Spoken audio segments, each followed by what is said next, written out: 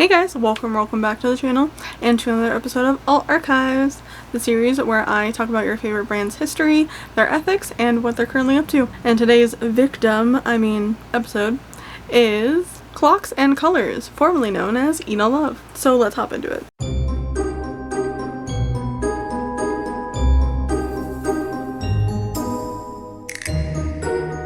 Etah Love was a jewelry company that was started in 2019 by Shane Vitale, who is, as of 2024, the current creative director for Clocks and Colors. Etah Love was started in Toronto, Ontario, Canada, and later merged with Clocks and Colors in 2024. But before we get into their merge, let's go all the way back to their prime. In 2020 and 2021, when everyone was stuck in their house, every alt girly from content creator to pop star was doing a collab with Etah Love. Bailey Sarian, Loie Lane, Poppy, and even Emily the Strange. I told you, she gets around. Shameless self-plug, but I did a whole deep dive on Emily the Strange and the entire franchise, so go check that out. Their slogan was handmade for heavy metal hearts, and their artisans work out of Bali. But yeah, I feel like I could not open Instagram back then without seeing some creator doing a collab with them, which had me really interested in them, but I personally have never bought from them. I'm honestly not one to spend a lot on jewelry. I'm perfectly fine with custom jewelry that'll probably turn my skin green. Speaking of green skin, let's talk about their reviews, since I really can't talk about their products because their website doesn't exist anymore. They have a 4.0 on Trustpilot with only 3 reviews, but on Judge.me, another review website, they have an insane 4.96 with over 5,000 reviews. This is possibly the best rating I've seen from a brand that I've covered on Alt Archives. People really loved this brand, and the negative reviews are few and far between, with the negative reviews being that their jewelry broke immediately, or it made their skin turn green, which means that the product might not have been 100% sterling silver like they had advertised, but it also could depend on the individual person. From reviews and social media posts, it seems like their store was still up and running until March of 2024. The brand would end up putting a statement out on their Facebook on January of 2024, stating that after months of discussion with our incredible teams who worked tirelessly on both brands to bring you the best damn silver jewelry on the planet, it became clear to us to achieve the goals we set out for our women's products, we needed to join forces. One team, one brand, forever. And I'll get into why I think this statement is kind of bullshit and why it hasn't really held up in the last 2 years. They go on to say that this is why they are ultimately quote unquote closing Etah Love and merging it with Clocks and Colors. Sorry, the name is a tongue twister for me. But this would be an offshoot of Clocks and Colors called Clocks and Colors Women's. That's not very creative, but whatever. They continue on. We hit the ground running with it, but as the brand has continued to grow over the years, it's become more and more difficult to manage. Having separate teams work on both brands was causing us to split resources and double our workloads. From a brand point of view, this makes perfect sense. Why have 2 separate companies if you don't have to? And you'll hear when I start talking about Clocks and Colors, they're older than Etah Love by 4 years. So merging them seemed like the ultimate conclusion. I'm not gonna lie, I don't really understand why they didn't just add women's products to Clocks and Colors in the first place and not make Etah Love, but I digress. But before I go into my whole tangent about that, let's talk about the history of Clocks and Colors. They were started in 2014 and also owned by Shane. They've maintained a pretty significant online presence throughout the years and recently opened a flagship store in January of this year in Toronto. They are well known for their sterling silver products, but also offer materials like stainless steel and brass, to name a few. The men's jewelry seems to be a mix of surgical grade stainless steel and 0.925 sterling silver. I'm really unfamiliar with this number and just carats and grams in general when it comes to jewelry, so I could not tell you what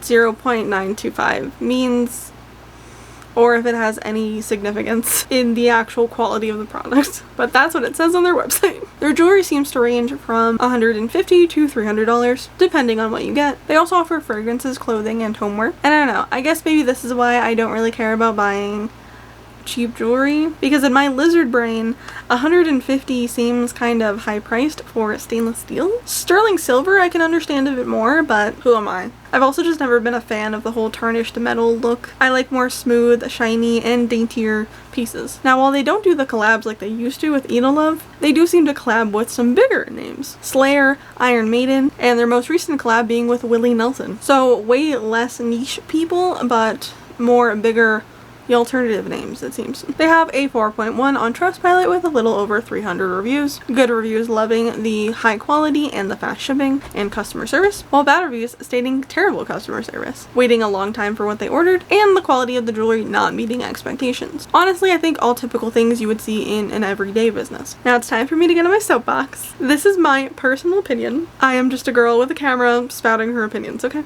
But I think Clocks and Colors really ruined their business by getting rid of Etah Love entirely. And before anyone says, but Ashley, they didn't get rid of Etah Love, they just merged it with the same company that made them in the first place. Wrong.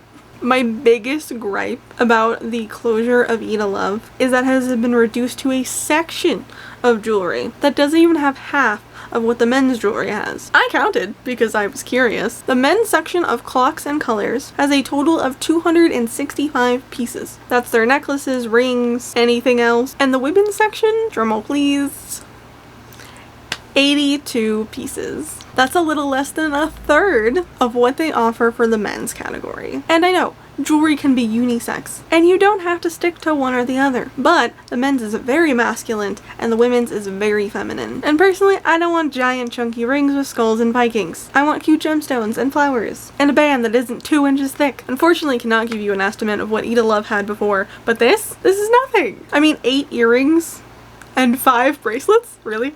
Really? You cannot tell me Etah Love only had 82 pieces. And even if they did, they better have a damn good quality for how hyped everyone was about this brand. You can also see they kind of don't even really care about their social medias. They have 2 separate Instagrams. One is the store as a whole, Clocks and Colors, and the other is the women's section. The original Instagram has 630,000 followers, which is fine. They've been around since 2014, but they haven't posted since March. And honestly, that can't be great for a business. Now, the women's Instagram only has 179,000 with no recent collabs from anyone that I can see. And they haven't posted since February.